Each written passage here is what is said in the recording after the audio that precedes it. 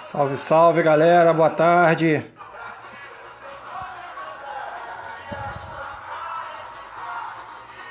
Só botar o comentário fixo aqui. Fala, Tarcísio, Tarcísio já tá na área.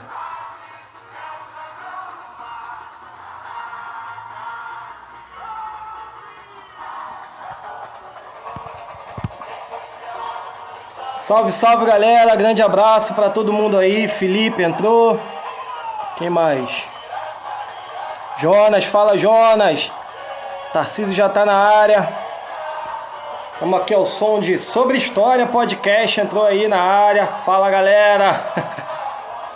Fala, Vitor Simão, Fabiana. Boa tarde aí para todo mundo, a galera tá chegando. Estamos ao som aqui desse samba clássico aqui da Mangueira do ano passado. Samba histórico, né, cara? Ficar marcado aí na história do samba, na história do carnaval carioca, como um samba de resistência, como um samba de luta. Enquanto a galera vai chegando, deixa eu apresentar aqui, deixa eu bater um papo rapidinho sobre o que vai rolar hoje. Deixa eu diminuir aqui um pouquinho. Vão dando feedback se vocês estão ouvindo bem, se estão vendo bem, se está tudo tranquilo, tá? Deixa eu só fechar um pouquinho aqui que tá dando reflexo para mim.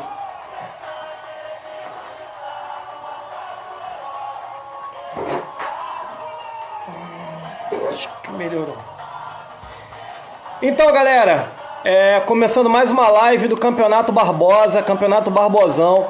É um campeonato que reúne times ligados à esquerda, times ligados a uma visão progressista e que de alguma forma tentam pensar qual é a relação que o futebol, qual a contribuição que o futebol pode dar nesses tempos sombrios, né? Vários times têm projetos muito legais. O time que eu represento, por exemplo, o Ingreve Futebol Clube, está deixando de ser um time de pelada para virar um coletivo, né, praticamente, com diversas ações coordenadas, pensadas, estudadas. E o Barbosão está aí todo sábado fazendo uma live para pensar nessas questões, né? Hoje a gente tem o orgulho de trazer o Tarcísio Mota. Antes de apresentar o Tarcísio Mota, quem tem que ser apresentado sou eu, né? O Tarcísio Mota não precisa, todo mundo já conhece. Mas queria dar um salve aí para os times do Barbosão. Ingreve Futebol Clube, Boldo, Soviet, Radical, Boêmios, Pelada de Esquerda, Lukács, Folha Seca. Grande abraço, galera. Tomara que tudo passe, que essa pandemia passe logo, que a gente possa voltar a jogar futebol com segurança em pouquíssimo tempo, né? Queria passar alguns informes aqui para vocês. Nessa quarta-feira, agora às 20 horas, tem live com Lopes Tigrão, lembra dele? Ex-Palmeiras. Ele vai estar batendo um papo aí sobre a vida de jogador de futebol, como é a vida do futebol, de jogador de futebol, as dificuldades, os mitos sobre a carreira, vai ser bem bacana. Anunciar aqui a reta final da campanha da livraria Folha Seca. Eles estão com campanha no Catarse, acompanhem lá, acompanhem as redes sociais do Folha Seca para se inteirarem, é um projeto bem legal. Soviet também termina amanhã a venda da camisa antifascista deles, a camisa é linda, pena que eu não tô com uma aqui. Alô Jonas, eu quero uma, hein, malandro? Depois a gente conversa. Já venderam quase 100 camisas. Toda a renda vai ser revertida para o Ponto de Luz, que é uma organização social com um trabalho muito bacana em Teresópolis. Beleza? Hoje a gente tem o prazer aqui de convidar, de receber o Tarcísio Mota, que dispensa apresentações, mas por formalidade, vamos lá. Formado em História, graduado, mestrado e doutorado pela UF, né? Professor do Estado e Município de Caxias, foi diretor do CEP de Caxias, inclusive o Freixo tem uns relatos bem legais sobre o Tarcísio nos tempos de CEP de Caxias, né? A atuação do Tarcísio foi bem bacana. Professor licenciado do Pedro II, vereador em 2016, com mais de 90 mil votos, 90.473. Foi o segundo mais votado, ficou atrás apenas do inominável. Não vamos falar, não vamos citar o nome desse sujeito que ficou em primeiro. Candidato a governador com mais de 800 mil votos, ficou em terceiro lugar na campanha, né? Então vamos chamar o Tarcísio aqui. Vamos lá, Tarcísio, dá um oi aí pra gente começar. Não me apresentei, eu sou o Dudu Valdez, sou zagueiro do Ingreve Futebol Clube. Ali, estão falando ali, ó, ponto de luz, coletivo vai receber o lucro de vendas de camisas antifascistas do Soviet, que bacana. Eu sou o Cadu, Dudu Valdez, né? Depende, a galera do estado me chama de Cadu, da escola me chama de Cadu, e a galera da música me chama de Dudu. Sou Dudu Valdez, sou jogador do Ingreve Futebol Clube.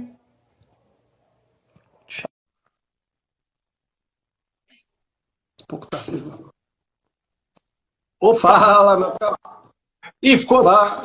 Beleza? Tudo bem, meu camarada?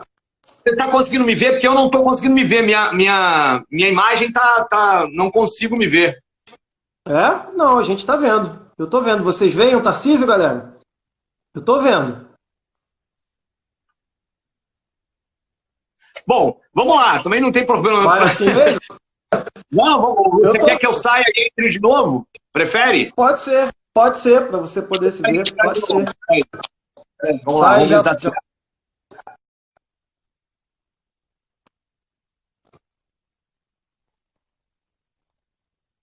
Daqui a pouco o Tarcísio vai entrar aí. Então, eu sou Dudu Valdez, zagueiro do Ingreve Futebol Clube. Não sei onde é o bico, só toco a bola de lado assim bonito. A gente está nessa estrada aí desde 2013, entendendo o futebol como um veículo pedagógico, onde a gente pode discutir política, pedagógico mesmo, até recebendo gente de todas as orientações políticas, né? No Ingreve Futebol Clube a gente teve, por exemplo, nessas últimas eleições, muita gente que inclusive votou no Bolsonaro. Foi doído pra gente, mas ainda assim é um canal de diálogo que a gente consegue conversar muito com a molecada, principalmente os mais novos, os mais jovens, e tem sido bem bacana. Tarcísio mandou de novo. Vamos ver se agora o Tarcísio se vê. Nós estamos vendo o Tarcísio. Agora foi! Tá se vendo?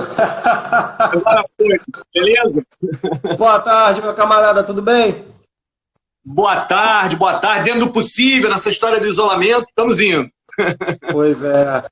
É um orgulho receber você aqui, Tarcísio. A galera gostou muito aqui. Que camisa é essa, Tarcísio? Não, é a camisa do meu Vasco. Essa última semana é um problema, né? Vou falar disso também. Mas, apesar dessa diretoria horrorosa do que fez aqui, eu sigo com o meu Vascão, né? Time da Zona Norte, com toda a história, com todo orgulho. Não tem sido fácil ser vascaíno e de esquerda nesses tempos, né? É verdade. Eu também sou vascaíno, Tarcísio. Também estou sofrendo com você, tanto dentro de campo quanto fora de campo. Exato. Também estou sofrendo. Fala. Agora, essa tua camisa aí é maneira pra caramba, rapaz. Tem um Só a Luta Muda a Vida aí, rapaz. Eu achei fantástica. Isso. Essa aqui é a camisa do Ingreve Futebol Clube. Porra, é o time que eu jogo bola, onde eu sou zagueiro. Vai chegar uma camisa para você aí, Tarcísio. Depois a gente conversa. Bom? Beleza? E eu queria conversar, hoje a gente vai bater um papo, galera, para quem está chegando agora, o Tarcísio aceitou bater esse papo com a gente, é para a gente falar um pouquinho sobre futebol, sobre educação e sobre política em tempos de pandemia, sobre as dificuldades e principalmente sobre propostas, né? O que a gente pode traçar como meta, como proposta, principalmente ali na micropolítica, que é o que o Barbosão faz, que é o que os times do Barbosão tentam fazer, não é isso, Tarcísio? Exatamente. Vamos falar de política, de futebol, vamos falar da vida, vamos falar do que vocês quiserem aí hoje. Eu estou muito feliz de estar aqui. Muito obrigado pelo convite, por esse convite ótimo. E espero que seja um bom papo aí pra gente. Beleza. Olha só, é o seguinte, Tarcísio. Uma coisa que a gente admira muito em você e também nos políticos do PSOL é essa ideia de construção coletiva de um mandato, né? Os mandatos coletivos, e tem dado tão certo que está incomodando o lado de lá, né? Incomoda o lado de lá, o pessoal é vítima constante de fake news, teve o caso Marielle, tudo isso significa que os mandatos coletivos eles incomodam porque eles agem, eles conseguem penetrar nos ranchos mais fundos aí da sociedade, e ela vai modificando. Então, só para anunciar que hoje o nosso papo ele foi construído inspirado nessa experiência de mandato coletivo, e eu estou aqui mais como um apresentador. A galera construiu a pauta ao longo da semana, muita gente mandou pergunta, e essa é a minha missão aqui. Tudo bem? Maravilha, maravilha. E uma pergunta que não pode me faltar, que senão a galera do Ingreve Futebol Clube vai querer me colocar no banco. E isso eu não aceito, eu sou um zagueiro de alta classe, só não jogo de terno porque é quente pra caramba. Mentira, eu só sei chutar pra frente. Mas uma pergunta que a galera do Ingreve, principalmente os mais jovens, toda hora estão falando, não esquece de pedir para ele falar sobre só a luta muda a vida, que é o nosso lema. Queria que você falasse sobre essa frase, principalmente para os mais novos lá do Ingreve. Olha, lá em 2014, quando a gente estava construindo a primeira campanha que eu fiz na política institucional, ou seja, que a gente construiu, você tem sempre essa coisa de qual é o lema que a gente vai escolher. E a gente tinha saído de 2013, daqueles dias de luta, não só em junho de 2013, com as manifestações, as grandes manifestações, mas também da greve dos professores do município do Rio de Janeiro, dos profissionais da educação. Aquela greve de outubro de 2013, tão potente, tão forte. A greve histórica, né? E a gente queria que a nossa candidatura expressasse essa ideia de que tem uma raiz nas lutas. E de que o que vai mudar a vida das pessoas não é um salvador, um candidato que vai ser capaz de mudar a vida das pessoas. Que é a luta que é capaz de mudar a vida das pessoas. Seja no cotidiano, ou seja, para a classe trabalhadora, ela só consegue mudar a sua vida de opressão, de espoliação, com muita luta, né? É muita luta para isso, mas também da perspectiva coletiva, né? da mudança da sociedade. A gente não acredita que um governo de esquerda deva chegar ao poder e exercer o poder em seu nome e do seu jeito. Né? A esquerda quer chegar ao poder para fazer com que o poder esteja com aqueles que lutam. Né? Há uma diferença, a gente precisa garantir, inclusive, que as entidades, que os instrumentos que a classe trabalhadora constrói sigam em luta mesmo se o governo for de esquerda. Ou seja, a gente precisa afirmar que o que vai mudar a vida das pessoas não são os palácios do poder, mesmo que a gente esteja nele, mas será a luta coletiva das pessoas. O que muda a vida é a luta. Então essa é a ideia do Só a Luta Muda a Vida, que a gente achava que encarnava um princípio geral onde estavam todos os nossos programas, tudo aquilo que a gente pensava no nosso programa. Né? Ou seja, a esquerda quer chegar ao poder para distribuir o poder e para fazer três coisas: diminuir a desigualdade social, tirar poder dos poderosos e dar poder aos trabalhadores. E, portanto, é a luta que será capaz de mudar a vida, e não o governo em si. Essa ideia, eu sigo acreditando nela, e eu acho que a gente precisa sempre dizer isso. Só a luta muda a vida. Legal, maravilha. O Campeonato Barbosa acredita muito nessa frase, acredita muito nesse lema. E é isso, né? Isso muda tudo, né, Tarcísio? Porque a partir dessa perspectiva, o trabalhador, a trabalhadora deixam de ser visto como massa de manobra e elas passam a entrar ali naquela engrenagem para modificar tudo. Então, deixa eu começar aqui, Tarcísio, que tem muita pergunta aqui. Vou começar por futebol, pode ser? Pode, claro. O tema vai ser futebol aqui no primeiro, e é uma pergunta do meu amigo Alan Modesto. Alan Modesto, ele é meio-campo do Ingreve Futebol Clube, camisa 8 do time.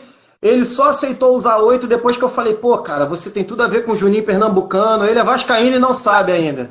Ele é flamenguista, mas ele tem uma alma vascaína.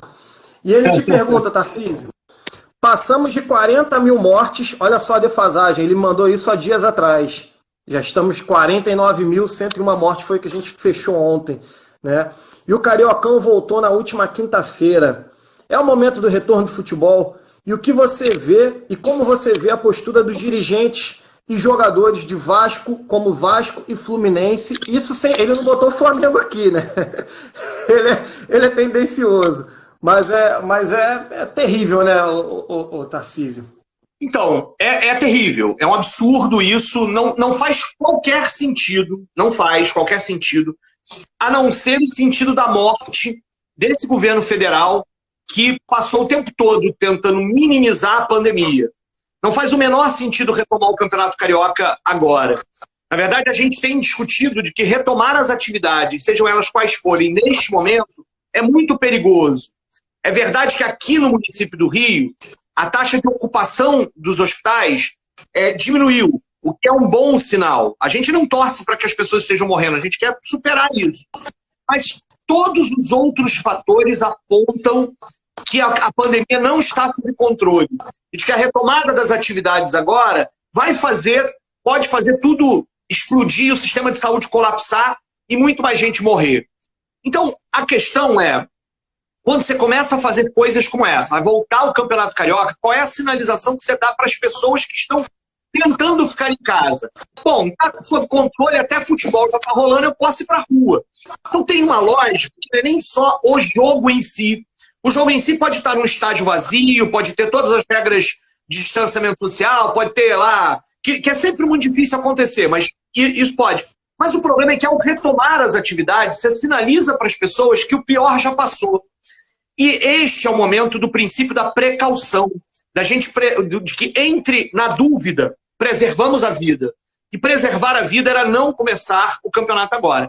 E olha como aconteceu, né? Ou seja, vai o presidente do Flamengo com o presidente do Vasco, conversar com o Bolsonaro, para pressionar a história, para mudar uma medida provisória que muda regras de transmissão. Ou seja, politicagem da pior espécie, da pior forma possível a se fazer. Então, eu acho vergonhoso. Eu estou aqui com a camisa do Vasco, porque nada vai me deixar de fazer ser vascaíno na vida. Mas estou muito decepcionado, estou envergonhado do papel do presidente do meu time e do presidente do Flamengo também, dessa ida lá junto ao Bolsonaro, e desse papel que os clubes estão fazendo. Era preciso que os clubes tivessem a honra de dizer não, né? Não vamos participar agora, temos que esperar um pouco mais. Gente, é inadmissível isso. As questões econômicas dos clubes não vão ser resolvidas com esses jogos que estão acontecendo agora. Isso não faz... O recado que está sendo dado para as pessoas é de que o pior já passou. E nós sabemos que pode já ter passado o pior, mas se a gente fizer errado agora, virá um pior ainda pior. Né? Ou seja, a situação tende a explodir nas próximas semanas, e aí terá sangue nas mãos dos presidentes dos clubes que não tiveram o mínimo de dignidade para dizer não, vamos esperar mais 1, 2 semanas, mais um mês para retomar as atividades se a gente tiver mais segurança.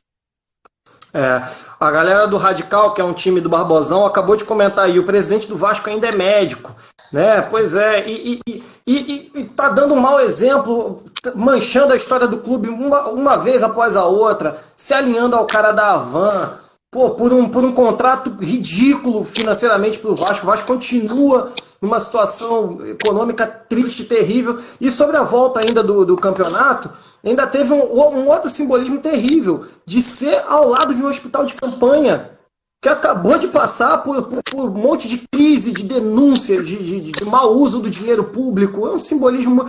Parece que não se dá atenção nenhuma ao simbolismo das coisas, né, o Tarcísio? Pois enquanto o Flamengo fazia 3 gols, 2 pessoas morreram qual é o valor que a gente está dando para a vida nesse momento, entende? O futebol é um espaço né, também uma válvula de escape para todos nós, faz parte da nossa cultura e é muito importante. Né? A identidade que a gente tem com o clube, essa coisa toda, isso precisa ser preservado e respeitado. A gente não pode partir de uma lógica tão mesquinha ao lidar com esse tipo de história e colaborar para que essa onda de morte aconteça. Então, eu acho da pior forma possível isso. Para mim, eu estou horrorizado com isso. Pois é, nós também estamos muito. Galera, nem sempre eu consigo acompanhar aí as mensagens, eu vou tentando para mandar um alô para quem está aí, porque senão eu me rolo todo, não estou acostumado com isso. Mas, ô Tarcísio, nós aqui do Barbosão e no meu caso do Ingreve Futebol Clube, nós acreditamos muito no caráter pedagógico que o futebol pode ter, se tratando de política, micropolítica. Inclusive foi até uma divergência dentro do Ingreve Futebol Clube, que assim que o Ingreve surgiu, por mim a gente tirava todos os pelegos. Não, pelego sai, tira. A galera já pensa diferente, hoje em dia eu penso igual a eles, não adianta a gente ter um time, né, pronto ali para a revolução quase e não ter um caráter pedagógico, né? O que você tem a falar sobre o caráter pedagógico que o futebol pode ter nesse sentido? Olha, eu acho que a gente precisa... eu acho que a tua pergunta pode ter vários caminhos de resposta, né? Ou seja, o futebol como um esporte coletivo, né, pode ser pedagógico no sentido de que a vitória só se consegue coletivamente. Eu acho que esse é um elemento importante. Da mesma forma, o hábito de torcer, né, e a arquibancada é um lugar também de construção de relações de solidariedade, de sofrer junto, de se alegrar junto, de abraçar aquele desconhecido. Esse negócio de abraçar na arquibancada vai ficar difícil agora depois da pandemia. Mas é um outro elemento importante, né? Eu costumava dizer, eu já tinha sido candidato e tal, e aí das últimas, sempre agora quando eu vou a São Januário, eu gosto de São Januário na arquibancada, né? Não vou nas cadeiras, etc. Fui nas cadeiras 2 vezes na vida. Normalmente eu vou de arquibancada porque é onde eu gosto de estar, né? E aí sempre tem alguém lá dizendo assim, Bolsonaro, que é querendo me sacanear, né? Nos últimos tempos eu virava pra trás e falava assim, rapaz, tu tá maluco, a gente tá aqui torcendo pra essa porra desse time, jogando mal pra caralho, eu tô aqui do teu lado na arquibancada e tu vem querendo me sacanear, meu irmãozinho. Vamos falar essa porra aqui, deixa a merda pra lá. Aí a galera toda batia palma, e fizeram, não sei o que e tal. Porra. Aí é claro, se o cara insistisse, eu falava, meu irmão, tu não tem... Aí eu entrava no debate também, dizendo, rapaz, tu não sabe nem o que é ser vascaíno, né? Porque ser vascaíno é estar do lado dos negros e negras, dos operários, etc. Para com essa história, vamos lá, viva o Vasco, viva a esquerda, viva o povo. E aí resolvi. E aí a arquibancada é esse lugar, né? E que o debate, o problema da arenização dos estádios, traz pra gente de forma muito grave. Ou seja, tenta matar esse tipo de coisa com o aumento do custo para que você esteja no estádio. E isso é um elemento muito importante para que a gente precisa manter no debate, né? Toda hora tem um debate, por exemplo, sobre a questão das reformas de São Januário. É preciso que a gente tenha algum nível de força política para defender que São Januário não vire uma arena elitizada como muitos estádios estão virando, né? Esse é um elemento, um elemento importante para a gente e que é garantir a perspectiva pedagógica do futebol. O futebol como um elemento da cultura como um todo. E como elemento de cultura é aquilo que nos faz diferentes, é aquilo que expressa sentimentos, que consegue nos fazer, né, construir valores. Isso é muito importante. É o simbólico, é o representativo, importante desse ponto de vista. Daí é pedagógico também que as torcidas antifascistas, o que elas estão fazendo, do que as torcidas feministas estão fazendo, no sentido de debater também na arquibancada, no campo, no clube, né, nos campeonatos, o projeto de sociedade que a gente quer. Porque o projeto de sociedade que a gente quer tem que incorporar todas as dimensões. Não pode deixar nenhuma delas fora. Nesse ponto de vista, o futebol é pedagógico também. Enquanto você falava, eu me lembrei de uma fala do Simas, onde o Simas esteve, o Luiz Antônio Simas, esteve numa live, me lembrem aí, galera, nos comentários depois, por favor, ele esteve numa live do lado B, com o pessoal do lado B, e ele estava falando um pouquinho, ele estava falando um pouco sobre Maracanã, né, sobre o aniversário do Maracanã, e a fala dele foi muito interessante. O problema maior do Maracanã, da arenização do Maracanã, não foi ter acabado com a geral, é ter feito o processo de expulsão do Geraldinho, né? Exatamente, exatamente. O problema não é o problema não é que você tem um estádio com mais conforto, segurança, etc. Esses são elementos importantes. O problema é que isso não pode ser feito com um nível de um aumento do custo da ida ao estádio, de tal forma que você exclua as classes populares dele. Então, esse é um elemento, na minha opinião, que precisa ser bem pensado. Por isso é que a gente diz que qual é o papel do poder público nesse processo. O papel do poder público é entender o esporte como um elemento de lazer e cultura que faz parte do direito do povo, né? E aí as políticas públicas também para o esporte precisam incorporar essa dinâmica. Beleza. Vamos gravitando entre os assuntos aqui. Deixa eu ver, pegar mais... tem uma pergunta muito legal aqui, cara. Adorei. Quem fez foi a Lohane. Lohane foi minha amiga durante o mestrado na UERJ. E ela pergunta para você o seguinte: Tarcísio, como você consegue conviver com o Carluxo sem perder o réu primário? Que é uma pergunta engraçada, mas é o que todos nós estamos vivendo, né? Nós convivemos com o Carluxo em tudo quanto é lugar, na família, e a gente precisa...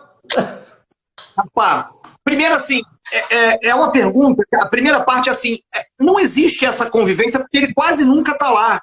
Ele não faz nada na Câmara de Vereadores.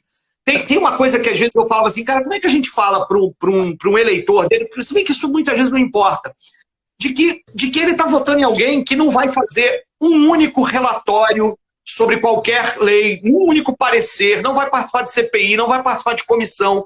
Ele está lá na Comissão de Direitos Humanos, porque todo vereador é obrigado a estar numa comissão. Aí ele vai para a Comissão de Direitos Humanos, mas não faz nada ali. A única coisa que ele faz é ir ao plenário, digitar a senha, votar num projeto ou outro, mas ele não fala, não pronuncia. Ele é um vereador Hello Kitty, não tem boca, né?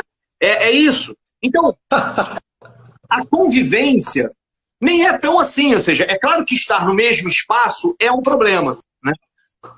E foi se tornando cada vez mais um problema à medida em que o ódio foi se tornando cada vez maior, e à medida em que o pai dele é eleito, as coisas ficaram mais confusas. Ele, na verdade, se pronunciou 2 ou 3 vezes nesses últimos anos, sempre para defender o pai, nunca para falar de qualquer assunto. Pode escolher o assunto. Por exemplo, você imagina que, do ponto de vista da educação, ele vai defender uma escola sem partido, eu vou defender uma escola engajada, comprometida, etc. Mas ele não trata desse assunto, não fala disso, né? Nem isso ele fala. Só vai lá, muitas vezes, no microfone para defender o meu pai, aí ele vai lá defender o pai. E isso é sempre com ódio, é sempre falando dos aspectos físicos das pessoas, nunca é com nenhum tipo de argumento tal. Agora, no ambiente virtual, essa prática continua, né?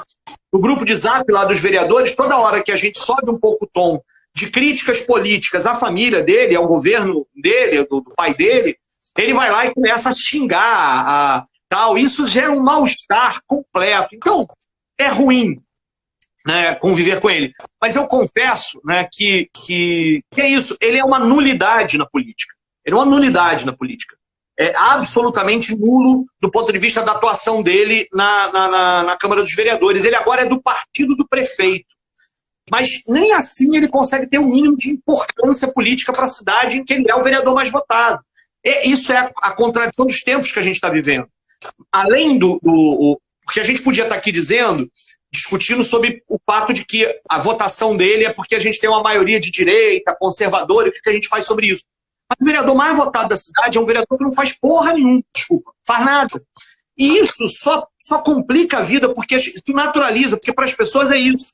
Não serve para nada mesmo. E ao não servir para nada, a gente segue com a política de morte. Segue sem educação, segue sem saúde, segue sem transporte, segue sem segurança, que segurança é garantia da vida. Porque esses caras acabam... E foram isso a vida inteira. A família inteira sempre foi medíocre do ponto de vista político. O problema é que agora está na cadeira da presidência da República. E isto é muito grave. Então a convivência com ele tem esses aspectos. Eu me lembro, inclusive, que na posse, porque fica por ordem de votação, eu estava do lado dele, sentado na cadeira do lado dele.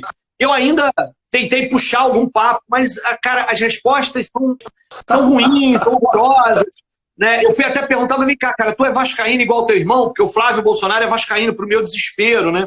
Aí ele não, ele é botafoguense, né? Ele é botafoguense, o Carlos é botafoguense. Mas não consegue desdobrar o assunto. Teve uma vez que a TV Câmara resolveu colocar ele e eu para comentarmos um assunto. E a gente tinha 1 minuto para falar do assunto, eu não lembro nem qual é o assunto. Rapaz, eu fiquei com vergonha do comentário dele, que não conseguiu nem ocupar 1 minuto. Acabou antes de 1 minuto, eu falei, gente, o que eu falo depois disso? E aí, esse nível de... Entendeu? Então, né, é lastimável, porque é um nível da seguinte situação, da gente estar num espaço em que eu queria estar conversando e dialogando, mesmo discordando com algum liberal que tivesse algum mínimo de convicção, ou discordando de alguém de conservador, mas neste ponto eles são ruins, medíocres até neste ponto. É isso. Desculpa, a pergunta é essa, mas a resposta é ruim assim mesmo. Porque todos nós convivemos com Carluxos por aí, né? Em todo lugar, a gente tem que lidar. Eu lembro que um pouquinho antes da pandemia começar, eu fui ao barbeiro, e que eu sempre vou, e tinha um Carluxo da vida lá, e destilando todo o ódio, e eu que sempre falava, comecei a enfrentar, né? Nem que você não precisa nem ser tão incisivo, você não precisa nem se colocar de uma maneira tão firme, mas o próprio fato de você rebater, você já cria uma tensão e começa a rolar um clima de, como assim? Não é todo mundo que pensa como eu, tal, não sei lá o quê. Ou seja, eu acabei com o clima ali do barbeiro. Enquanto você falava, Tarcísio, você citou o Flávio Bolsonaro ser vascaíno, a gente ainda acabou, como vascaíno, em tempos difíceis de esquerda, a gente acabou de passar por mais uma vergonha de ver o Queiroz fazendo churrasco com a camisa do Vasco. Caraca, mané. Era ele, né, fazendo um churrasco com a camisa do Vasco e com uma garrafa de Corona. Eu falei, meu Deus do céu, isso é a visão do inferno. É a visão do inferno, entendeu? E ainda numa camisa feia pra cacete do Vasco, né? Feia pra cacete nessa história. E aí circulou, inclusive, aquela foto que tem a foto do Jair, do Flávio e que tem o Queiroz também lá em São Januário. Num dia, inclusive, que eu estava em São Januário também. Mas do outro lado, eles foram lá para a tribuna de honra e eu estava na arquibancada, como sempre, nessa história toda. Mas é lamentável.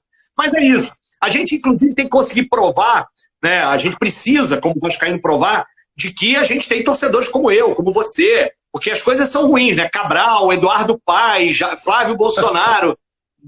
Bizarro, né? Bizarro. Você tem Marquinhos da Vila também. Pois é, a gente tem que avisar que esse lado bom também existe. Aldir Blanc, né? Aldir Blanc. Torcedores importantes. Jamelão, Nelson Sargento. No samba a gente tem um montão. Tem a Tereza Cristina, querida Tereza Cristina das lives de toda noite, vascaína. Tem que lembrar dessas coisas. E lembrar da nossa trajetória. Deixa eu aproveitar para falar uma coisa que eu acho que posso tentar aqui. A gente estava, e aí eu vou pedir ajuda da galera que está assistindo a gente aí. A pandemia interrompeu uma coisa que a gente estava discutindo no mandato, que era fazer uma cerimônia de homenagem a determinados jogadores que tivessem a trajetória, inclusive, negros, operários, etc., que incluía o Barbosa como figura central da homenagem.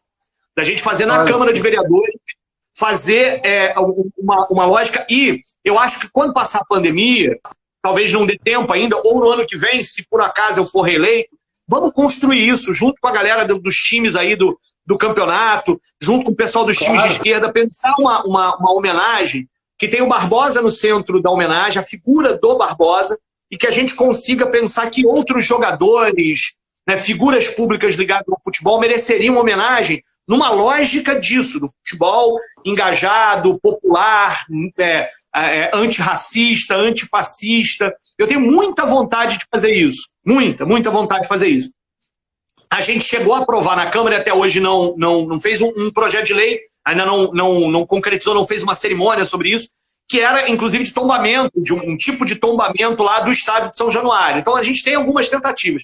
Mas eu acho que o mais importante era pegar a figura do Barbosa, fazer algum tipo de... ver uma medalha, um título de cidadão, e, ao mesmo tempo, ver quais outras figuras e tentar juntar essa coisa. Acho que a gente podia fazer isso. O time do Vasco de 23, vamos trabalhar essa ideia. Eu não acho que precise ficar exclusivo no Vasco. A gente pode pegar figuras de outros times também. Mas eu acho que a figura do Barbosa seria a figura a partir da qual a gente construiria esse processo na Câmara para afirmar um pouco isso. Deixo aqui a proposta, vamos pensar junto isso. Pô, maravilha de proposta. A galera tá vibrando aí nos comentários. o Campeonato Barbosa está dentro, está totalmente dentro dessa daí. Vamos ajudar, vamos levar isso aí para todos os guetos.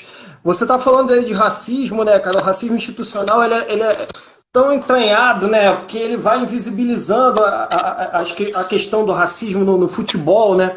É difícil de você conseguir entrar nesse meio, é difícil de você... E eu me lembrei de um texto da Djamila Ribeiro, no livro dela, Quem Tem Medo do Feminismo Negro. Ela tem um texto fenomenal que é A Vingança do Barbosa, que é falando sobre o 7-1. Sim. Veio o 7-1, o goleiro do 7-1 era o Júlio César, branco, né, com carreira consolidada na Europa, e não caiu sobre ele um goleiro que toma 7-1 e não cai sobre o goleiro, não caiu sobre o goleiro a responsabilidade, né? E o coitado do Barbosa, que era um dos maiores goleiros da história do futebol brasileiro, levou essa peste toda, né?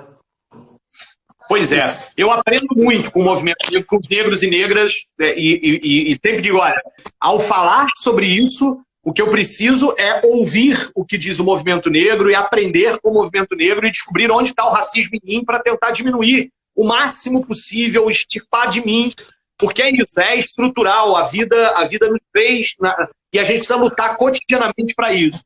E aí, neste ponto, a Djamila tem toda a razão, ou seja, há um elemento de racismo, mesmo no futebol, onde grande parte dos craques são negros. Isso é um elemento, inclusive, da contradição de entender como é que o futebol é estruturalmente racista. E esse exemplo é demais. O que foi feito com Barbosa, né, onde, na verdade, havia toda aquela lógica, inclusive, de que alguns falavam do complexo de vira-lata, né, mas ao escolher o vilão daquela história como um negro, havia muito de racismo estrutural ali, sem sombra de dúvida, que a gente precisa combater o tempo todo. Acho importante que a gente incorpore essa dimensão no nosso debate sobre futebol.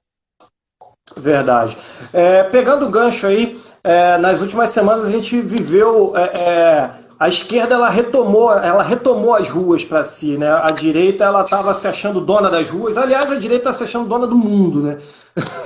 E ali foi um movimento, a gente precisou, né? Foi um momento de necessidade de retomada das ruas, de um grito antifascista. Eu queria que você dissesse como que o pessoal se posicionou. A galera sabe, mas enfim, como a gente tem esse caráter totalmente...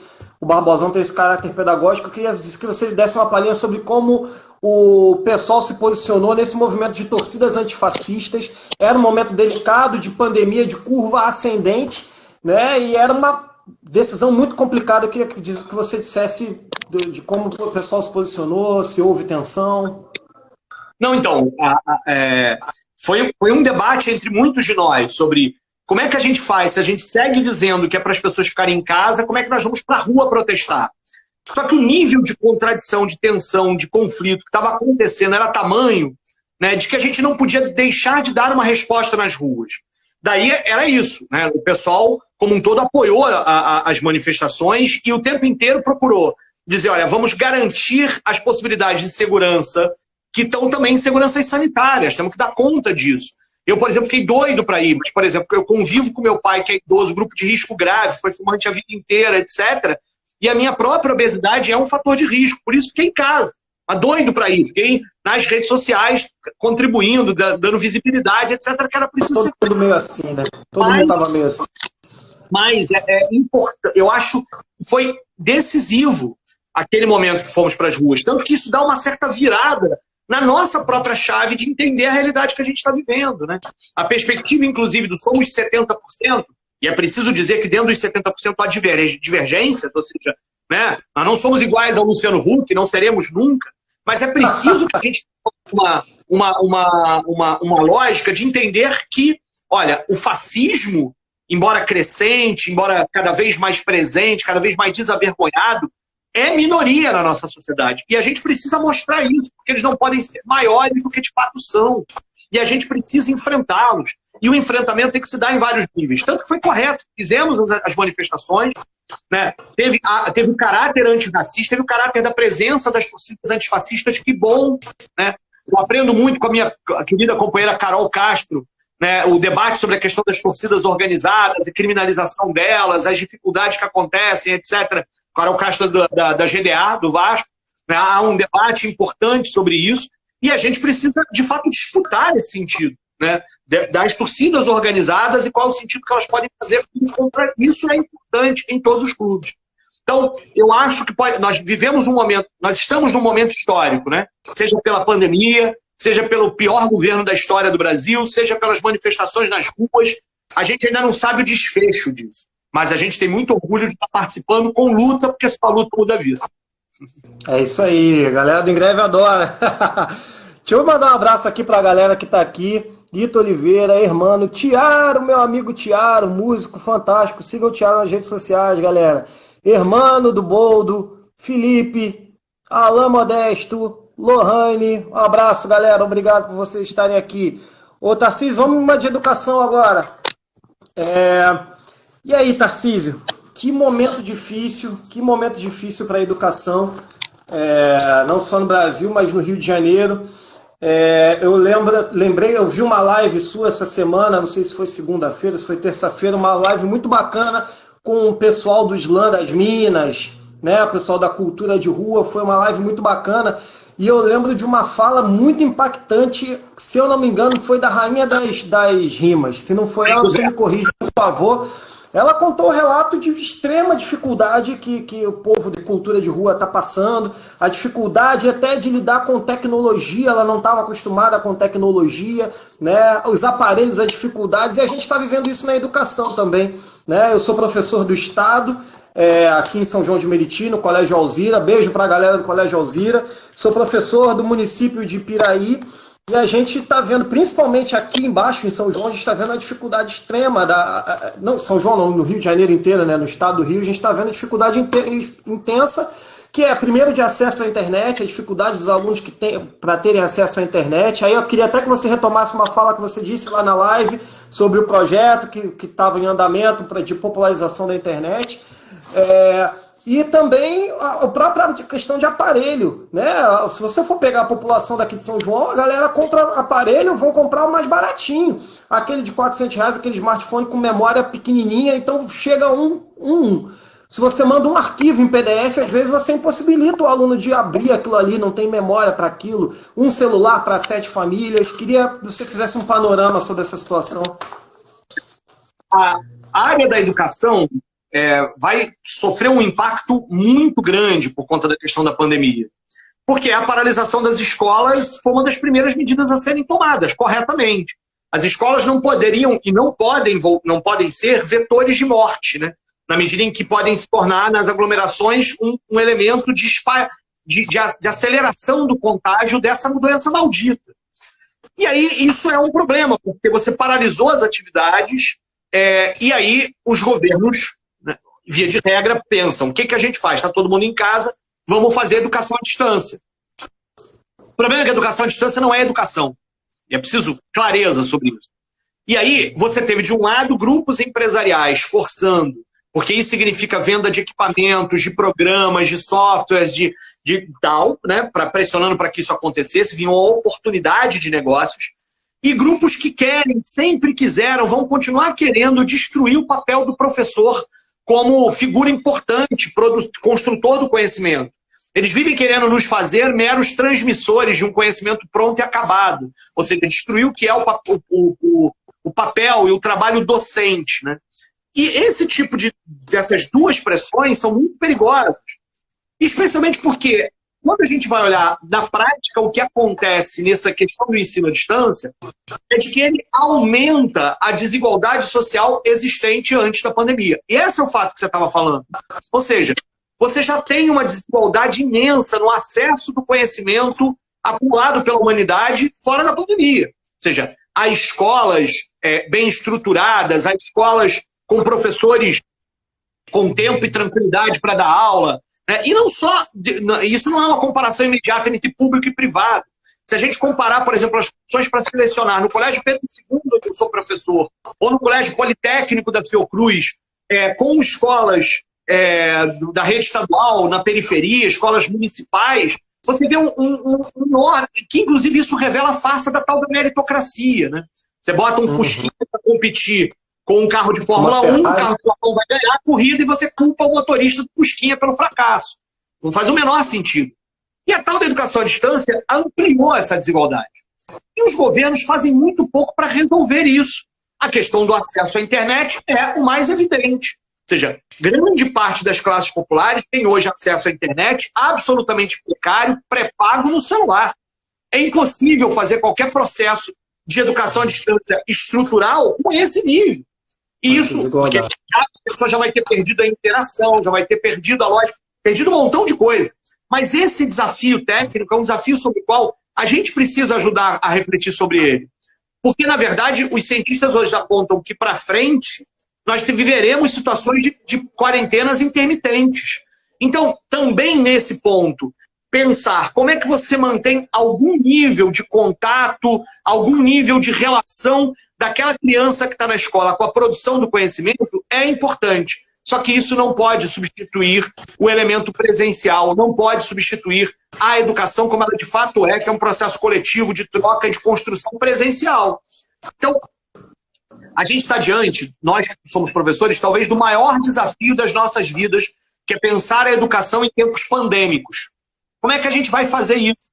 E para a gente, defende que a educação seja para todos, né? Ou seja, nós façamos educação para todos, esse desafio é ainda maior, porque a gente olha para as classes populares extremamente preocupados.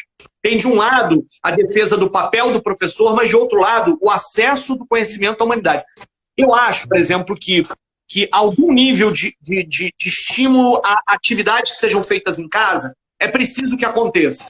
Eu acho que isso a gente precisa pensar quais são as condições para isso, mas nunca substituir a educação presencial e o papel do professor como construtor do conhecimento. Esses elementos são fundamentais para o projeto de educação pública, gratuita, de qualidade, socialmente referenciada, laica, não sexista, não racista, que a gente defende. É isso. Pessoal do Sobre História Podcast, são meus amigos, tempo de mestrado, eles estão colocando aqui, ó. Enquanto nas escolas particulares as aulas do ensino remoto seguem a todo vapor, na escola pública os pais e mães estão buscando sobreviver. É isso, sobreviver. Você falou, eu vi você falando na live com o... Qual é o nome daquele camarada lá do pessoal lá de Petrópolis? Me lembra aí, por favor. Yuri Moura. Yuri Moura. Vocês falavam sobre isso, né? O isolamento, assim, o isolamento é um direito, né? Então, as famílias das crianças, elas estão pensando em sobreviver, cara.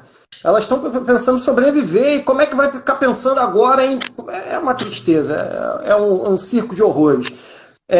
Para eu avançar aqui, que senão a galera me mata, não falou a minha pergunta, No cenário federal as coisas são ainda piores, né, o Tarcísio? Porque você tem... A gente não tem ministro da Educação, não tivemos esse 1 ano e pouco, não tivemos, né? A gente teve aquela praga do Vélez, depois veio o Weintraub, você tem agora o FNDE sendo entregue ao Centrão, do PL, do Valdemar da Costa Neto, uma verba de quase 30 bilhões na mão do Centrão, né? E aí, quais as perspectivas no âmbito federal para a educação? Tá difícil também, né? Olha, eu tenho toda a absoluta certeza de que a gente só vai fazer alguma coisa no plano federal quando derrubar o Bolsonaro.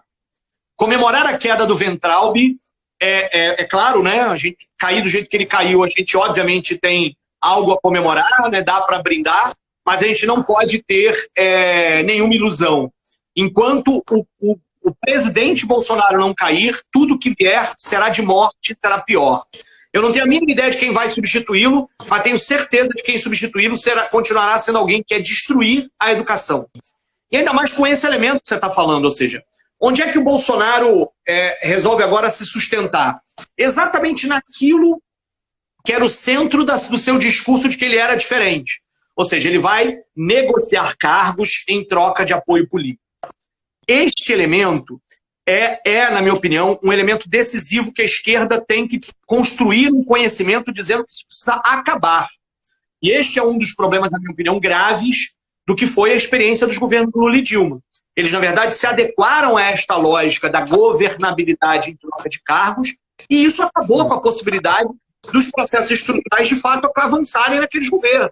E a gente não pode... E aí a gente tem que agora usar esta contradição do Bolsonaro para convencer cada vez mais pessoas, dizendo, olha, tá vendo? Ele nunca representou novidade ou ruptura nenhuma.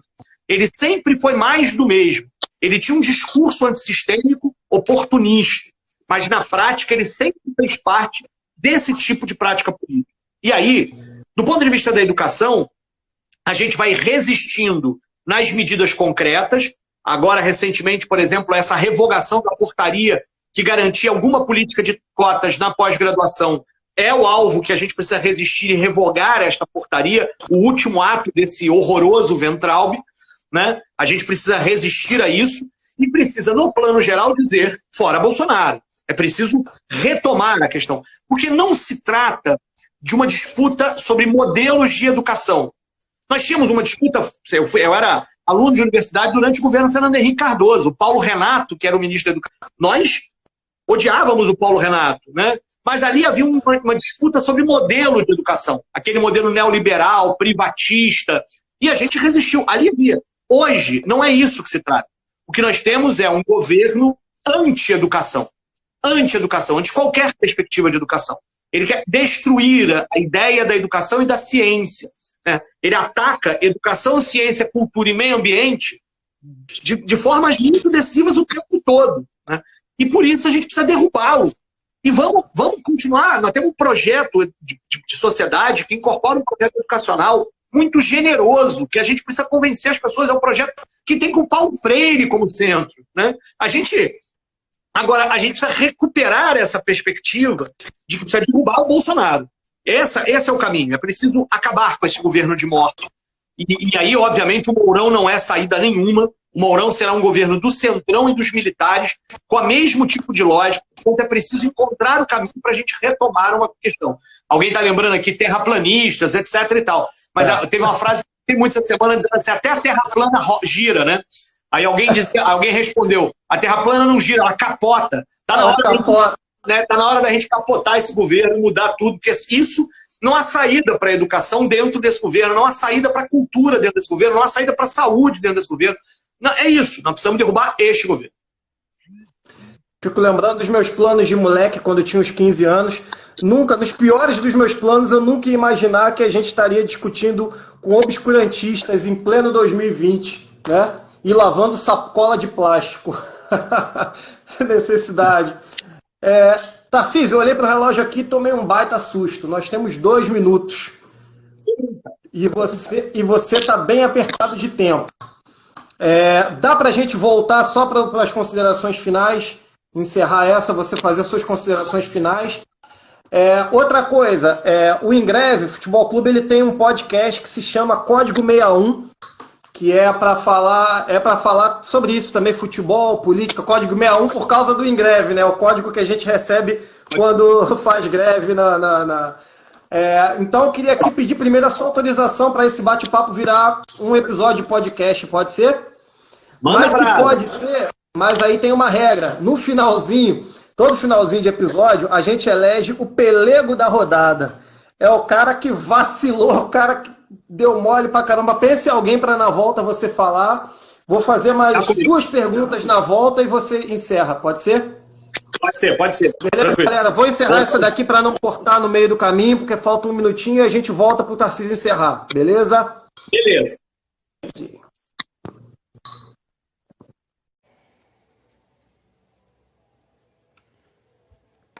Estamos retornando, galera. Demorei um pouquinho porque eu estava salvando a live aqui, senão a galera ia me matar.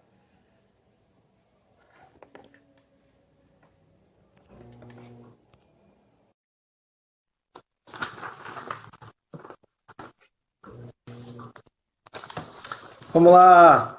Galera, tá voltando aí. Demorei um pouquinho porque eu estava salvando o vídeo. Se eu não salvasse, eu sairia aqui ameaçado de morte.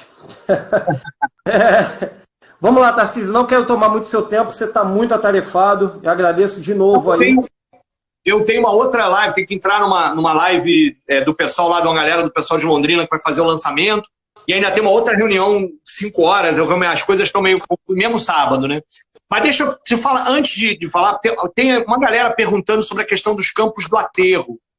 Eu vi aqui circular várias coisas. Posso rapidinho comentar isso e aí depois você faz a próxima pergunta? Claro, a gente agradece.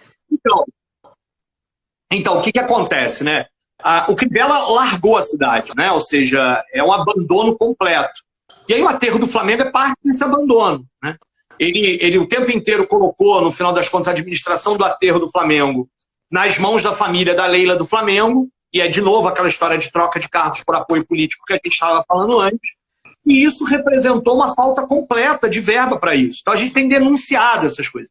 Mas, portanto, eu não tenho nenhuma novidade boa sobre os campos do aterro, né? A gente pode, eu acho que se a preocupação da galera for alguma coisa, a gente pode fazer, quando voltar às sessões presenciais da Câmara, o que a gente chama de um requerimento de informação e uma indicação legislativa para ter mais detalhes e poder fazer uma denúncia mais qualificada e até, quem sabe, acionar Ministério Público, etc., sobre essa situação, para que a gente possa provar que eles não investiram o que deveriam e, no final das contas, isso é grave, porque, como alguém disse aqui, é isso, esporte é saúde, é educação, é cultura e, portanto, a gente não pode deixar isso acontecer. Então, para a galera que estava perguntando sobre os campos do aterro, a gente não tem exatamente... E vereador, não adianta eu fazer uma lei para obrigar o prefeito a investir no campo do aterro, porque o prefeito vai dizer que isso é inconstitucional e não vai aplicar.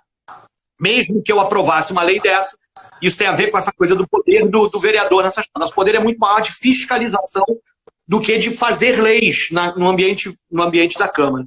Então, se a galera quiser, eu coloco o nosso mandato à disposição de fazer esses dois instrumentos, mas tem que esperar a volta presencial, porque no plano virtual isso acaba não acontecendo. Indicação legislativa pedindo a reforma, eles têm que responder, e um requerimento de informação para que eles detalhem tudo que não foi investido. A gente pergunta o que foi, mas aí a gente vai poder provar que não foi investido nada no aterro do Flamengo durante o governo Crivella. A gente dá na mão de vocês e faz algum tipo de campanha aí para tentar melhorar a situação que estão colocadas. Tá bom? Só para não deixar a galera sem resposta. Tá ótimo, a gente que agradece. Pela galera, a gente ficaria até 5 horas aqui. Mas vamos lá para as duas últimas perguntas. A primeira é do Newton. O Newton é nosso colega professor de português. Lá no podcast Código 61 são 4, um de cada time, um representando cada time, e tem o Alain Modesto, que é o moderador, e o Newton é o representante daquele time que a gente não gosta de falar o nome. A galera já sabe quem é. Gostaria de perguntar ao Tarcísio se ele vê tempo hábil para uma frente genuinamente de esquerda no país e o que atrapalha a execução disso. Por onde começar? Bom, vamos lá. Eu acho que há tempo hábil, né? Mas a pergunta fala no país, eu acho que a gente devia estar construindo isso nacionalmente para as eleições municipais agora. Nós temos um inimigo comum, que é o fascismo, que é o bolsonarismo, que precisa ser derrotado nos municípios. E, portanto, acho que a unidade tinha que estar sendo construída em todas as cidades que pudéssemos, né? Por isso, eu acho que começa nas eleições municipais.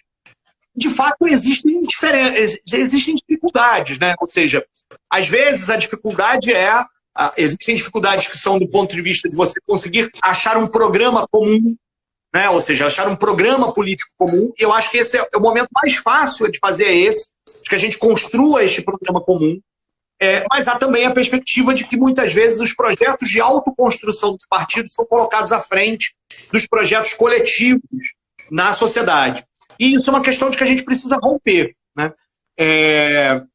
A recente retirada do nome do Marcelo Freixo aqui no município do Rio de Janeiro, inclusive falando, olha, eu tentei construir essa frente e não foi possível, por isso estou saindo, é um alerta para a gente, né? Agora, essa semana, você já teve a formação de uma primeira chapa unindo PDT, PSB e Rede, o que também vai dificultar, porque, na minha opinião, a frente devia ser uma frente ampla nesse momento de enfrentamento ao bolsonarismo, com um programa comum e com um nome capaz de representar esse programa. Com todo o respeito que eu possa ter à deputada Marta Rocha, a sua trajetória não é uma trajetória que a credencie a representar todo o acúmulo que a esquerda tem no Rio de Janeiro, né? Ou seja, esse é um elemento, na minha opinião, chave. Não houve nem diálogo, Tarcísio. E não houve nem diálogo. Não. Houve uma tentativa de diálogo com o PDT nacional, mas com o PDT local foi sempre muito mais difícil de fazer isso. Com o PSB também, ou seja, teve alguns inícios, com a Rede, houve e tal, mas nada tinha se concretizado. E a retirada do nome do Marcelo acelerou, do ponto de vista do lançamento da candidatura da Marta, o que é uma dificuldade para a gente nesse momento. A gente espera ainda conseguir construir a maior unidade possível, que tem que ser dentro de um programa e com um nome capaz de acumular, de representar o acúmulo do que a gente tem construído. O pessoal na cidade do Rio de Janeiro foi segundo colocado nas 2 últimas eleições municipais e nas últimas eleições do governador, a minha candidatura foi em 3º lugar. E isso representa alguma coisa. Temos a maior bancada da esquerda na Câmara de Vereadores e na LERJ. Isso tudo é importante. Agora, a gente está disposto a construir um processo de unidade maior possível, né? Eu acho que esse é o caminho nesse momento. Se não for possível no primeiro turno, tomara que a gente consiga chegar ao segundo turno e construir uma unidade ainda mais poderosa no segundo turno nas cidades. Que essa experiência de construir um programa comum nas diferenças nos ajude a trilhar um caminho unificado para 2022. E aí eu acho que é importante que a gente consiga ter a tranquilidade, a paciência histórica nesse momento, a paciência revolucionária, que não é hora da gente construir unidade em torno de nomes para 2022. Para 2022, a unidade tem que ser construída em torno de um programa de país que a gente precisa parando as arestas para que ele seja comum, que a gente aí possa escolher quem é o nome capaz de apresentar esse programa. Tá. Estão pedindo para eu dar uma última palhinha aqui sobre as campanhas que estão rolando. Reta final da campanha da Livraria Folha Seca, galera. Entrem aí nas páginas da livraria.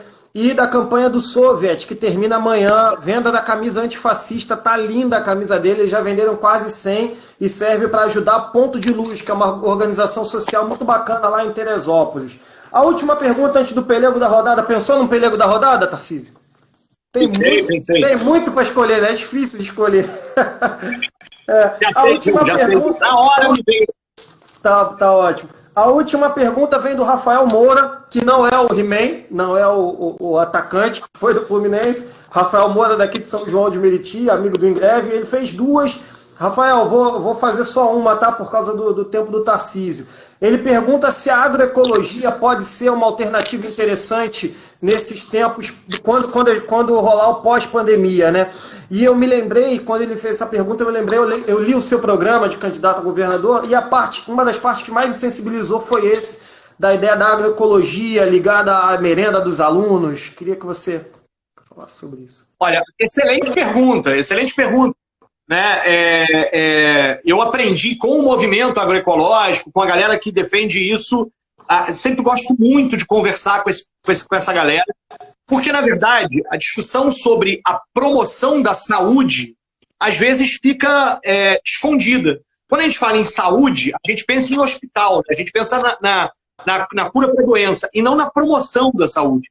E aí, na promoção da saúde, o debate sobre alimentação saudável e segurança alimentar é decisivo, que está vinculado, inclusive, a um debate nacional sobre reforma agrária, né? Ou seja, está conectado nessa história, que é um debate político fundamental. Ou seja, tanto você tem que ter hoje políticas públicas decisivas, e olha, no Rio de Janeiro, no Estado e no município do Rio de Janeiro, você tem, inclusive, agricultores do município do Rio de Janeiro, poderiam e deveriam estar sendo estimulados a produzir, e a conexão é exatamente essa, ou seja, essa produção agroecológica pode ser destinada a escolas e hospitais, né? Ou seja, alimentação saudável para as classes populares, né? Onde o Estado é o intermediário para essa coisa acontecer. Isso é decisivo. E isso é pensar no município, imagina o que é pensar a região metropolitana do Rio de Janeiro e o próprio interior, né, do Rio de Janeiro como polos importantes de produção agroecológica, em pequenas propriedades. E isso significa distribuição de terra, que é distribuição de poder, promoção de saúde, qualidade de vida. Só não é feito porque a gente tem esses governos de morte, onde o lucro está acima da vida, né? Na lógica que a gente pegou para o campo brasileiro e para a produção de alimentos no Brasil, interessa muito mais nós sermos um grande pástio de soja, né, transgênica, cheia de agrotóxico, para exportar para a China, do que produzir alimento saudável que pudesse gerar qualidade de vida, emprego e renda para milhões de pessoas e, ao mesmo tempo, promover saúde. E porque isso também tem a ver com poder. Alguém aqui dizia que mas não é difícil romper com o ciclo da construção das maiorias, porque a esquerda nunca vai ter maioria. Bom, a gente precisa fazer disso um elemento importante de ser inventivo. A democracia não é um projeto pronto e acabado. Na história sempre foi um processo de luta e de reinvenção, desde lá dos atenienses, né? Desde lá, em todo momento isso. E neste momento é preciso que a esquerda possa ousar dizer, não vamos entrar nesse pacto. E isso funciona não quando a gente sonhar, a gente vai nesse sistema e nessa coisa ganhar a maioria dos parlamentos, não. A gente precisa quebrar as estruturas de poder. Quebrar, por exemplo, as estruturas de poder baseadas na terra é fundamental. Por isso, a reforma agrária deveria continuar tendo centralidade e uma reforma agrária agroecológica, como o MST nos ensina há tanto tempo. Viva ao movimento dos trabalhadores sem terra. Né? Uma das minhas... Se o CEP Caxias foi minha escola de formação de luta em greve, nas lutas da educação, o MST, quando eu era aluno de História, e a luta pela terra é aquela que desperta em mim, né, grande parte dos valores, princípios de um projeto de sociedade, porque significa tudo isso que a gente está falando. É claro que hoje nós temos também o MTST, do querido Boulos, que fez aniversário ontem, junto com o Chico Buarque, né, sempre bom lembrar, né, de pessoas boas, mas eu queria fazer uma menção especial ao nosso grande movimento, histórico movimento MST, que sempre discutiu isso da perspectiva de uma reforma agrária, agroecológica, que é ao mesmo tempo promoção de vida, de saúde, de emprego e renda e disputa de poder na nossa sociedade. Poxa, você falando sobre o MST, eu até me emociono. Queria mandar um salve para a galera do MST lá de Piraí. Eu tive a oportunidade de conhecer o assentamento de lá, uma maravilha. A terra que era do Ricardo Teixeira, olha só. Hoje em dia estão 70 famílias trabalhando e produzindo alimento saudável, vendendo.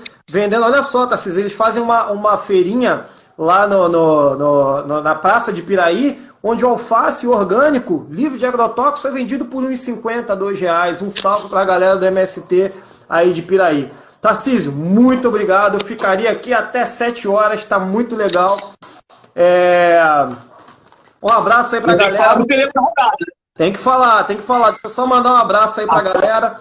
Rafael Ribeiro, o R9, é o atacante da Cruzada Letal do Ingreve Futebol Clube. Ele é um terror dentro da área. Abraço aí para Angélica Ferrares, que ficou com a gente até agora, Cíntia Cruz, Jussara, Doris Frederico, Alain Modesto, galera do Soviet, galera do Boldo, um grande abraço, galera. Vou liberar o Tarcísio. E tá na hora, Tarcísio. Muito obrigado aí por tudo. Eleja o seu pelego da rodada. Mas eu não tenho nenhuma dúvida de que o pelego da rodada é o Alexandre Campelo, presidente do Vasco, depois desse papel horroroso que ele fez, né, indo, né, lá, né, puxar saco do Bolsonaro, a reboque do presidente do Flamengo e concordar com essa reabertura irresponsável. Então eu não tenho nenhum problema de estar vestindo a Cruz de Malta no meu peito e dizer que esse presidente é o pelego da rodada, que não nos representa e que fez talvez a pior ato da sua administração, né, essa semana com essa vergonha que ele está protagonizando. O pelego da rodada é Alexandre Campelo, Alexandre Golpelo. Deixa eu só explicar como é que funciona. Aí, no dia da gravação, os outros 4 vão dar o seu voto também. E aí, quem tiver mais voto recebe o troféu Bolsonaro, que é o troféu para quem é o pelego da rodada, ganha o troféu Bolsonaro. Maravilha. O problema é que ele vai gostar, né, desse troféu, né? Essa que é a desgraça, apesar de médio. Pior, verdade. Tá arriscado ele tirar a estátua do Romário e colocar o troféu Bolsonaro que ele ganhou. Pois é. Olha, eu queria agradecer muito, cara. Pode falar. Queria agradecer muito a todo mundo que nos assistiu. Vi vários comentários aqui que dava vontade de falar, de responder, etc. Mas a dinâmica da live sempre é essa dificuldade. Foi ótimo o papo, gostei muito de poder falar de futebol, de política, de educação, de reforma agrária, de agroecologia. Que maravilha. Sigam em casa, né? Sigamos na luta, só a luta muda a vida. E em breve, quem sabe quando retornar aí o campeonato, eu vou lá assistir. Eu não sou exatamente um bom jogador de futebol, né? Na infância eu não jogava muito bem, acabei me especializando no gol, né? Virei goleiro, aquela história do último vai pro gol. Mas eu vou, qualquer dia desse, assistir alguma pelada aí do campeonato de vocês, poder tomar uma cerveja. Eu tô meio, por conta da cirurgia que fiz, tô proibido de tomar cerveja, tenho tomado vinho, mas quem sabe mais à frente, já lidando com isso. Falou, galera? Muito obrigado, fiquem em casa, só a luta muda a vida. Contribuam aí, eu estava agora, inclusive, compartilhando a questão da campanha do Soviet, da camisa. Contribuam aí com as campanhas. O pessoal, inclusive, tem uma coisa maneira que se vocês tiverem outras campanhas, quiserem colocar lá uma plataforma chamada Onde Tem Solidariedade. Em quem tem uma campanha de solidariedade pode cadastrar na plataforma e quem está procurando alguma campanha para ajudar, vai na plataforma para poder conectar isso. Então, se vocês quiserem as campanhas de solidariedade que vocês estiverem fazendo, procura lá no site onde tem solidariedade, que eu acho que é importante fazer isso. E para finalizar, o último recado. Ontem, sexta-feira, nós lançamos aqui no Rio o Comitê Popular da Crise, que é um comitê que está juntando centenas de movimentos sociais, de organizações da sociedade civil. Os mandatos estão lá só para apoiar, a gente não é protagonista, para fazer um contraponto a esse projeto de morte, de reabertura das atividades. Comitê Popular de Crise. Quarta-feira tem uma reunião preparatória, a gente já tem um manifesto e a gente vai divulgar nas nossas redes as atividades e posicionamentos do Comitê Popular de Crise, da crise do coronavírus, que eu acho que é talvez a mais importante iniciativa, e unidade, viu? Com gente do PT, do PCdoB, do PSOL, com todas as frentes, com todas as centrais sindicais, com vários sindicatos. É unidade feita na prática, unidade na luta, que tomara possa se traduzir mais à frente como unidade eleitoral. Mas é assim que a gente faz. Constrói programa e aí constrói a unidade. Unidade contra o bolsonarismo, unidade contra essa política de morte. Fora Bolsonaro, fora Campelo, fora Witzel, não podemos esquecer. Viva a luta dos trabalhadores, só a luta muda a vida. Um salve.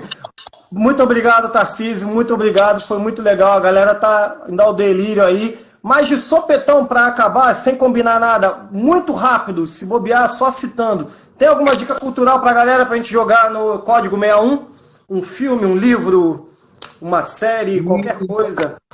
Uma live? Rapaz, eu vou colocar uma série que as pessoas não dão muita importância, não é nem mas ela é uma série dessas de médico, de hospital, mas que pega o debate da saúde pública a partir da realidade estadunidense. É uma série chamada New Amsterdam, que é de um hospital lá em Nova York, só que é um hospital público, e tem lá um camarada, é uma série, então é fora portanto não é nenhuma dessas séries que a gente tem, estão mais na moda, mas é uma série que eu gosto muito de ver, tem disponível no Now, a galera consegue ver para baixar, passa no tal, eu acho que eu não sei se ela tem nessas plataformas tipo Netflix ou tal, mas eu aconselho porque é uma série muito inteligente, que debate muitos assuntos importantes sobre a questão do direito à saúde a partir da realidade estadunidense, antes da pandemia. Mas é uma série que eu recomendaria. New Amsterdam. Valeu, desculpa te jogar na furada. Eu tô igual o meio campo do Vasco, que joga a bola pra zaga assim, do nada e o cara tem que dar um bicão. Grande abraço, galera. Muito obrigado a todos que estiveram até aqui. E aquele abraço. Só a luta muda a vida. Fala. Grande abraço. Valeu. Abraço, galera.